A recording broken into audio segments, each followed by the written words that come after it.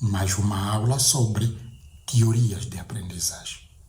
Não esqueça, eu sou Rodrigues Zicai Fazenda e aqui eu vou me dedicar fundamentalmente para este vídeo falar das teorias de aprendizagem socio-interacionistas. Certamente você assistiu aqui no canal, porque você subscreveu ao canal, encontrou relativamente às teorias de aprendizagem o primeiro vídeo que faz uma introdução sobre as teorias de aprendizagem. O segundo vídeo que fala das teorias behavioristas. Teorias behavioristas significa behavior em inglês, que significa comportamento. Das teorias ligadas ao comportamento. Depois de termos tratado das teorias ligadas ao comportamento, que é um vídeo que você encontrou aqui no canal, há outro vídeo, o vídeo seguinte, que falou das teorias cognitivas. Por quê? Porque o comportamento, como nós tínhamos a grande preocupação de que o comportamento tem que ser observável e que a aprendizagem, para que garantisse a aprendizagem, tinha que haver estímulo e nós vermos o comportamento a partir desse estímulo, e que depois havia medidas que eram aplicáveis, como aquelas propostas por Skinner. Então o que nós fizemos? O que aconteceu? Surgiram as teorias cognitivas. Em que as teorias cognitivas diziam, não, se você quer observar o comportamento, então o que vai acontecer com emoções que nós não podemos observar, com os sentimentos, com aquilo que a pessoa está a pensar, está a raciocinar, mas não te disse ou ele não agiu. Como é que você vai poder ver isso? Quer dizer, a aprendizagem tem esta parte cognitiva e daí surgem as teorias cognitivas para reparar na parte cognoscente. Tempo depois foi. Nós estávamos preocupados com o comportamento, estamos preocupados sim com as emoções, com os sentimentos, com a maneira como pensa-se o resto, mas era preciso reparar, quer nos estágios de desenvolvimento, quer nas etapas de desenvolvimento do indivíduo, que foi aquilo que viram no terceiro vídeo, que fala das teorias construtivistas. Depois de termos abordado as teorias construtivistas, entramos agora nesta, estamos a falar das teorias socio-interacionistas. Depois das teorias socio-interacionistas, obviamente, vão encontrar o vídeo seguinte que fala das teorias humanistas, que também está aqui no canal. Vai apanhar o vídeo seguinte que fala das teorias socio-interacionistas. Por isso que eu digo, subscreva o canal, vai ter acesso a todos os vídeos e na medida em que alguns mais que vêm ali vão sendo produzidos, você vai poder ter acesso e vai poder os ver, assistir. O socio-interacionismo baseia-se muito nas ideias do Levi-Vygotsky. Ele preocupa-se muito com as interações sociais. O socio-interacionismo, como eu dizia, enfatiza muito a importância das interações sociais no desenvolvimento cognitivo e na aprendizagem. Segundo o Vygotsky, o aprendizado é um processo social mediado pela cultura e pela linguagem. E ocorre principalmente por meio de interações com outras pessoas. A aprendizagem ocorre por interação com outras pessoas. Quem são essas pessoas? Colegas, professores, os adultos, as pessoas lá do bairro, lá de casa, lá na comunidade, lá na empresa, colegas ali na sala de aulas. Então diz que a aprendizagem é um processo que precisa desta mediação cultural pela aprendizagem, baseado nessas interações que há. Então, a principal ideia do socio-interacionismo é que o desenvolvimento cognitivo de uma criança, por exemplo, é influenciado pelas interações que elas têm com o meio social. Então, nesse sentido, a aprendizagem não é apenas um processo individual, mas um processo que envolve a mediação de outras pessoas. Então, o que interessa muito aqui é reter a palavra-chave mediação. Então, o papel dos mediadores, neste caso, como eu disse, colegas de serviço, colegas de turma, colegas, sei lá, de qualquer coisa, né? Os professores, a mediação dos pais, é essencial para que o aluno avance cognitivamente. Faça com que o seu cognoscente avance. Porque se formos a ver que era criança, não interessa que era mesmo adulto, para poder alcançar os níveis de conhecimento que essa pessoa não poderia atingir sozinho, precisa dessas interações. Um dos conceitos-chave dessa teoria socio-interacionista é aquele o que é trazido pelo Vygotsky, que refere à diferença entre o que a criança consegue fazer sozinha, ou o que aquela pessoa consegue fazer sozinha, e o que ela precisa de fazer com a ajuda de uma pessoa mais experiente, ou que tem mais domínio daqueles conceitos. Segundo essa perspectiva, a aprendizagem ocorre quando o professor ou outro mediador oferece suporte temporário para que o aprendente resolva problemas e avance na compreensão do próprio conceito. Então, daí que a linguagem desempenha um papel fundamental no socio-interacionismo. Por quê? Porque é com base na linguagem que nós vamos usar aqui como principal meio para poder facilitar as interações sociais. E é com base na linguagem que podemos transmitir as ideias, os nossos sentimentos e as emoções. Nós transmitimos com base na linguagem. Logicamente, o principal foco que nos garante com que efetivamente haja linguagem, a língua é um dos elementos basilares da linguagem. O contexto, os objetos e o resto que nos cerca. A cultura é importante para poder garantir que haja linguagem, né? Então, dessa forma, quero dizer que, através da linguagem, os alunos vão poder internalizar os conceitos, vão poder construir o seu próprio conhecimento. Então, desta forma, o diálogo e a troca das ideias entre o professor e o aluno são cruciais. São extremamente cruciais no processo de aprendizagem. Então, o socio-interacionismo aqui, ele defende este lado que estava a dizer dessas interações. Então, o socio-interacionismo, portanto, propõe que o desenvolvimento cognitivo é moldado pelas interações sociais e culturais que os indivíduos vivenciam. Então, além de Vygotsky, há vários outros diversos pesquisadores e educadores que expandiram e aplicaram as suas ideias em diferentes contextos educacionais, o que depois foi resultar em metodologia de ensino que enfatiza o papel ativo do aluno e o trabalho colaborativo, basicamente. Né? Porque quando nós estamos a falar de interações, estamos a dizer, geralmente as interações, estamos a falar de trabalho em grupo, trabalho colaborativo, sabe? Permite muito que haja as interações, como dizia, basicamente. Né? Então, quais são os princípios? Os princípios que o interacionismo, os princípios que o interacionismo defende são 5, fundamentalmente, são 5. Primeiro, a aprendizagem como um processo pessoal. Segundo, a zona de desenvolvimento proximal. Terceiro, a mediação. Quarto, a importância da linguagem. 5, a aprendizagem colaborativa. São 5 princípios. Volto a repetir, o primeiro princípio, a aprendizagem como processo social. O segundo princípio, a zona de desenvolvimento proximal. O terceiro princípio, a mediação. O quarto princípio, a importância da linguagem. O quinto princípio, a aprendizagem colaborativa. Vamos para o primeiro princípio. Primeiro princípio, a aprendizagem como um processo social. Quero dizer que a interação com outras pessoas é central para o desenvolvimento cognitivo. É central. Repare que, por exemplo, quando nós vamos para a taxonomia de Bloom, a taxonomia de Bloom é uma taxonomia hierárquica e cumulativa, mas que ela é uma taxonomia em que usa até um conjunto de verbos centrados no cognoscente. Então, para ver esse desenvolvimento cognitivo, então, tem que se reparar um dos princípios que o socio-interacionalismo defende é este: a aprendizagem é um processo social.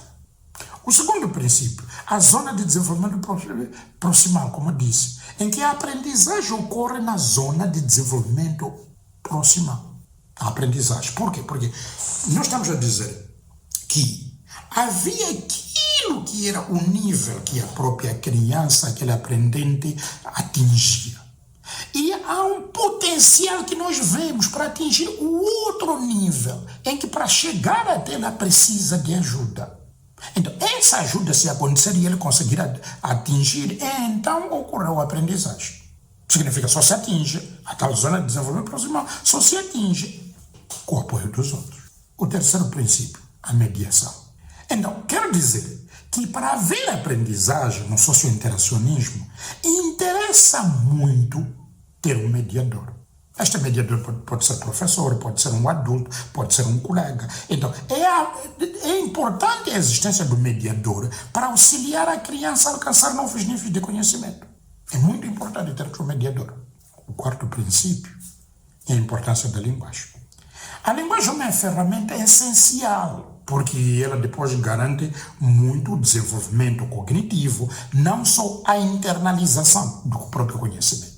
Para internalizar o conhecimento é por meio da linguagem. Quer dizer, se formos a ver, o primeiro trabalho que se faz na escola, vocês já viram, o primeiro trabalho que se faz na escola, quando entra logo, matricula no primeiro ano da escola, quando é criança com 6 anos, 5 anos, 7 anos, matricula no primeiro ano.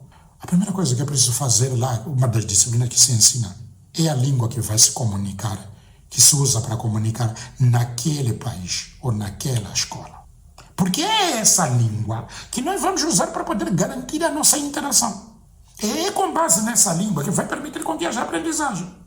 Eu não quero depois discutir aquelas outras coisas que muito depois andam a discutir, dizendo que não, a investigação, a aprendizagem só ocorre só na língua inglesa.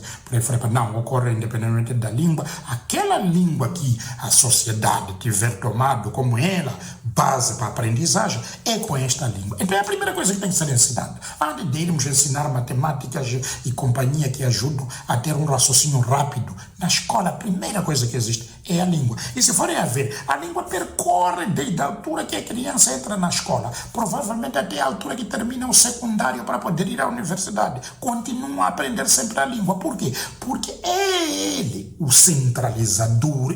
É ele o centralizador que vai nos garantir como elemento aqui para a linguagem e poder nos ajudar para podermos internalizar o conhecimento. Se não tivermos uma língua com que nós possamos comunicar, então isso vai ser difícil, ter que existir. Daí que é muito importante. A importância da linguagem, mais uma vez. Por outro lado, o quinto e último princípio, eu já disse, o primeiro princípio é a aprendizagem como processo social, o segundo a zona de desenvolvimento proximal, o terceiro princípio é a mediação, o quarto princípio a importância da linguagem. Agora estamos no quinto princípio, a aprendizagem colaborativa. Quinto e último princípio. O socio-internacionalismo defende que o aprendizado é mais eficaz quando ocorre por meio de uma colaboração com outras pessoas. Quer dizer que o socio-interacionismo já está a andar a reparar muito daquelas coisas de trabalho em grupo, discutir na comunidade, pronto. Então, quando nós estamos a falar aqui desses princípios fundamentais, há necessidade também de reparar quais são os conceitos importantes que o próprio socio-interacionismo usa. Para além dos princípios, quais são os conceitos importantes? Então, ele tem alguns conceitos importantes que são, primeiro, mediação cultural, a internalização, o andaime pedagógico e a aprendizagem contextualizada. São princípios, são conceitos que ele usa. Aqui na mediação cultural, como dizia, por acaso do Wittgenstein sempre acreditava que as ferramentas culturais como a linguagem, os símbolos, os objetos, a linguagem, os símbolos, os objetos, são fundamentais para a mediação do conhecimento. Então, a aprendizagem não ocorre no vazio. Ela tem que ser mediada pelas ferramentas culturais que a sociedade oferece. Pelas ferramentas culturais que a sociedade oferece. E as ferramentas moldam o pensamento do desenvolvimento cognitivo. Essas ferramentas vão moldar o pensamento e o desenvolvimento cognitivo. Então, esse é um conceito, primeiro, mediação cultural. O segundo conceito, como disse, é a internalização. O processo de internalização, por exemplo, como nós sabemos, ocorre, por exemplo, quando o aprendente, quando a criança, quando este indivíduo consegue absorve e internaliza os conceitos que originalmente pertenciam ao domínio social. Então, com o tempo e com o apoio dos mediadores, este aprendente vai transformar o que aprendeu de forma externa, com ajuda, neste caso, em conhecimento interno e autônomo. Passa para o conhecimento interno e autônomo. Por isso que há aí o conceito de internalização, segundo conceito. O terceiro conceito, andaime pedagógico, scaffold. Então, é um apoio, o andaime pedagógico é o apoio temporário que é fornecido por um professor. ou por um tutor, ou por um colega mais experiente durante o processo de ensino-aprendizagem. Então, esse suporte é retirado gradualmente conforme o aluno ganha autonomia e confiança nas suas habilidades. Toda medida em que ele vai ganhando confiança, então nós vamos retirando este processo, né? Uma coisa que nós fazemos com os andaimes, né? A partir da altura que a pessoa desce de um andar para o outro, pode-se retirar os andaimes na parte de cima. E assim sucessivamente, até remover do andaime. A aprendizagem contextualizada, que é o quarto princípio. Então, no socio-interacionalismo, sugere que o aprendizado é mais eficaz quando ocorre em contextos significativos para o aluno. Significa que este é o mediador tem que criar um contexto que é significativo para ele poder perceber e haver aprendizagem. Quando ele pode aplicar o que está aprendendo no dia a dia ou em atividades relacionadas à sua vida e aos seus interesses. Assim podemos ter aprendizagem. Então significa que, aqui estava a dizer, que para garantir que efetivamente há 4 conceitos importantes no socio-interacionalismo: a mediação cultural, a internalização, o andaime pedagógico e a aprendizagem contextualizada. Então são 4 princípios fundamentais.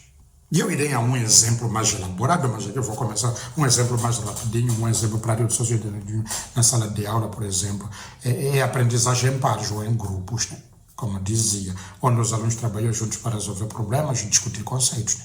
Aí o que acontece? O professor pode organizar as atividades em que ele pega os alunos mais avançados, ou aqueles mais rápidos, aqueles que nós geralmente acusamos de serem mais inteligentes da sala, vamos distribuindo ali para os grupos, né? Colocamos na formação do grupo, não só tem de estar só os mais fraquinhos, assim como tem que haver essa mistura, para poder permitir que esses mais experientes fiquem no mesmo grupo com os que têm mais dificuldades. Isso por quê? Porque isso vai garantir que haja mediação, vai garantir que haja troca de ideias, discussões, explicações que até os colegas às vezes estarão a dar aos outros. Então, esse tipo de dinâmica vai favorecer o desenvolvimento cognitivo ao mesmo tempo que respeita o princípio de desenvolvimento proximal, né? Já que o conhecimento é construído coletivamente. E a mediação aqui vai garantir que haja mais interação para poder garantir que efetivamente haja aprendizagem. Vamos lá ver um exemplo de uma atividade socio-interacionalista numa sala de aula. O professor deseja, por exemplo, ensinar o conceito de fração para uma turma, por exemplo, do 4º ano.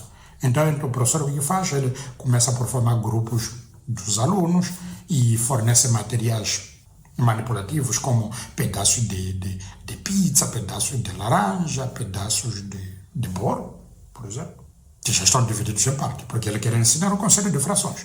Então, para cada grupo, os alunos discutem entre si quantas partes são necessárias para fazer, por exemplo, uma pizza ou para completar uma laranja. O grupo entregou-se a laranja, estava dividido em partes, junta lá para formar uma laranja completa. Então, eles começam a discutir quantas partes ali precisa para formar aquela laranja. Então, a colaboração, o diálogo que vai existir entre eles, os alunos, compartilhar as suas percepções, vai ser muito fundamental para entender o conceito de fração. Como vê. Então, durante essa atividade, o que acontece? O professor pode ir circulando na sala de aulas, ele a ver como é que aquelas discussões estão a ocorrer a nível de grupos, pode ir fazendo, às vezes, algumas perguntinhas que possam guiar os alunos nessas reflexões que estão a ter, para poder fornecer. Neste caso, o professor estará a fornecer o apoio necessário e a mediação. Então, uma vez que a turma, se a turma tiver compreendido o conceito, então o professor vai reduzindo a sua intervenção, para poder permitir que os alunos possam ir realizando as tarefas mais complexas de forma independente. Por quê? Porque agora já está refletido aqui a zona de desenvolvimento proximal, em que a mediação se torna menos necessária à medida que o aluno vai avançando. O aluno vai compreendendo aqui o conceito. A diferença que tem, neste caso, o socio-interacionismo com outros conceitos, como, por exemplo, o construtivismo, o behaviorismo que houve. Ao contrário de Vygotsky, Piaget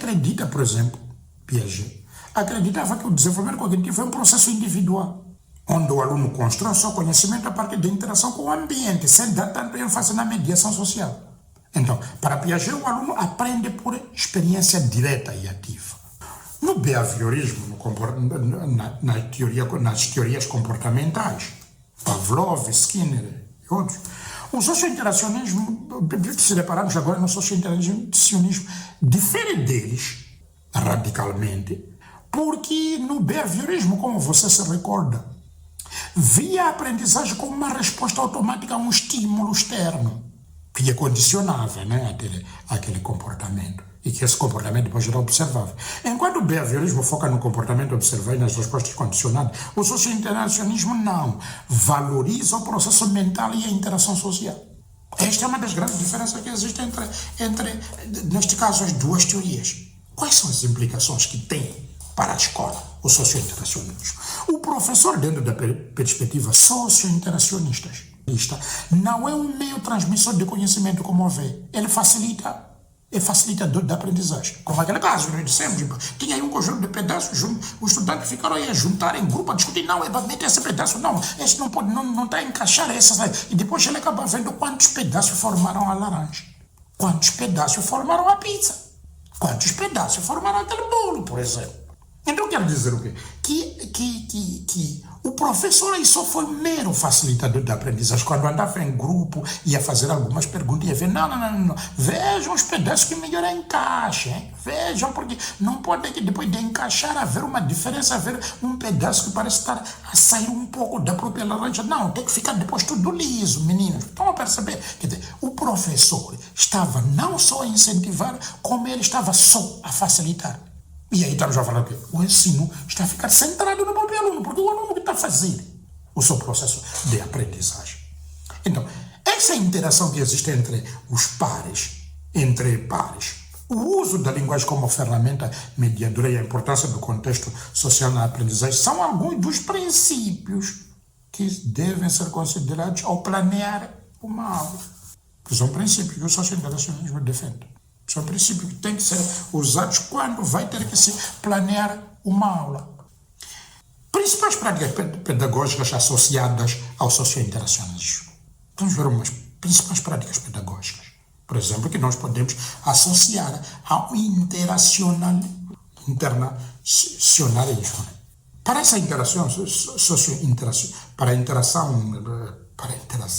para a aprendizagem socio-interacionista, ele defende algumas práticas pedagógicas que usam este princípio. Por exemplo, a aprendizagem colaborativa. Eu vou dar exemplo de quatro. A aprendizagem colaborativa, os projetos interdisciplinares, os diálogos estruturados, a resolução de problemas em grupo, por exemplo. Então, vou pegar a aprendizagem colaborativa. A aprendizagem colaborativa, por exemplo, incentiva os alunos a trabalhar em grupos para resolver problemas e construir conhecimento juntos. Logo, é uma prática pedagógica que está a usar o socio-interacionismo. Projetos interdisciplinares, por exemplo. Então, nós estamos a falar de atividades que integrem diversas áreas de conhecimento e incentivam a exploração de temas de forma contextualizada. E também socio-interacionismo. Diálogos estruturados, por exemplo, é que se estimula discussões em sala de aulas. A pessoa chega lá, um tema. Há discussões onde os alunos são convidados a compartilhar as suas ideias, a refletir, a trazer os seus pontos de vista. É socio-interacionismo. Estamos a usar diálogos estruturados. É também socio-interacionismo. A resolução de problemas em grupos, quando os alunos pegam as atividades em que os alunos precisam de cooperar para alcançar o objetivo comum daquele grupo, promovendo a aprendizagem por meio de uma interação que está a existir entre eles. Também a resolução de problemas em grupo, também é socio-interacionismo.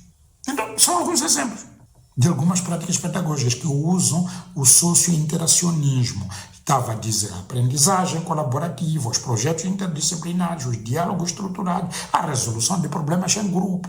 São várias formas que estão aqui a aplicar, como dizia, o socio-interacionismo. Então, nós estamos a falar aí do socio-interacionismo. Conclusão sobre essa teoria socio-interacionismo. O socio-interacionismo Destaca o papel crucial da interação social e cultural no processo de aprendizagem. Por exemplo, para essa teoria, o desenvolvimento cognitivo não acontece isoladamente.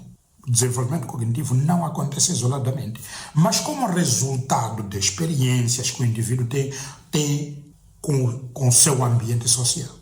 Isso tem implicações profundas, né, no campo da educação, porque ao promover práticas pedagógicas que valorizam muito a colaboração, práticas pedagógicas que valorizam muito a mediação e o papel ativo do professor e dos alunos neste processo de ensino-aprendizagem.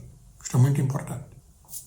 O que podemos dizer é que o socio-interacionismo de Vygotsky proporciona uma visão de ensino que se distancia da ideia de que o conhecimento é meramente transmitido ao aluno. Por quê? Porque não existe aqui um tubo, um cordão umbilical entre você e o aluno ligado.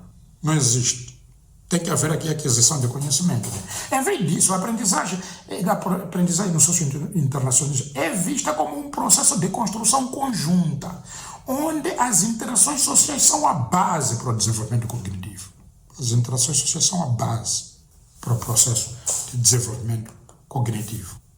Resumindo, para fecharmos aqui a teoria socio-interacionista. O socio-interacionismo, ele coloca a interação social e a mediação no centro do processo de aprendizagem, afirmando que o conhecimento é construído a partir da colaboração e do diálogo com os outros, e não de forma isolada. Isto aqui é muito fundamental aqui do socio-interacionismo. Aqui acabei de tratar, neste vídeo, do socio-interacionismo.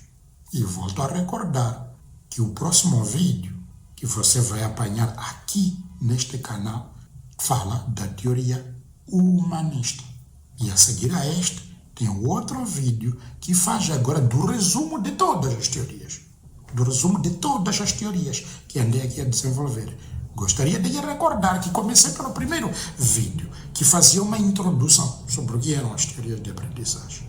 Depois disso, fui para a teoria comportamental, a teoria behaviorista. Depois disso, passamos para as teorias cognitivas. Depois das teorias cognitivas, vamos para as teorias construtivistas. E depois passamos para essas teorias socio-interacionistas. Então, mais uma vez, eu volto a lhe pedir, subscreva o canal, reencaminhe o vídeo para todos os seus colegas que são docentes, são professores, reencaminhe o vídeo para eles, porque é fundamental que todos estejamos a ver e discutamos essas coisas que têm a ver com o processo de ensino-aprendizagem, porque uma das razões fundamentais por que precisamos de ensino é para garantir que haja aprendizagem. E aqui essas teorias de aprendizagem estão a trazer várias técnicas que nós podemos usar para permitir que de fato haja aprendizagem. E existem várias técnicas que nós podemos usar. E garanto aqui uma discussão intensa para que o professor combine várias técnicas e ver como é que pode ser combinar efetivamente para poder aplicar na sala de aulas.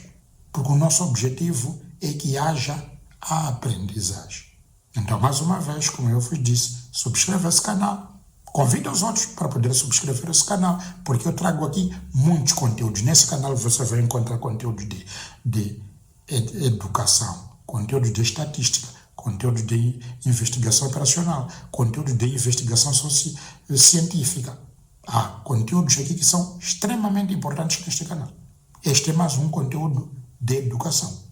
Ali você vai apanhar até outros conteúdos de didática, de psicopedagogia que estão ali no canal e que você pode ver, pode assistir, para além de se entender e proseguir e matricular nos cursos que lá existem de psicopedagogia, curso de avaliação, curso de materiais instrucionais, curso de didática, teoria de aprendizagem, curso de currículo, entre outros cursos, é matricular. Porque é um momento interessante onde que se discute e que discute com profundidade, com atividades efetivas, que se leva para ele fazer. Por exemplo, durante o momento de gravação desses vídeos, estava a decorrer o curso de teoria de aprendizagem, em que havia por cada sessão, no mínimo, 6 grupos com trabalho muito intenso, colaborativo, com muito debate, para podermos efetivamente trazer a aprendizagem.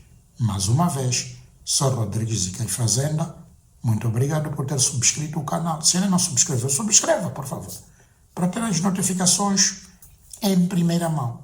E bom descanso, e agradeço muito pelo tempo que disponibilizou para escutar e assistir essa aula do início até ao fim. E mais uma vez, agradeço esta sua atenção, porque isso é fundamental para mim e é fundamental para todos. Vamos ver se melhoramos os nossos processos de ensino-aprendizagem e melhoramos os nossos processos de mediação em sala de aulas. Muito obrigado.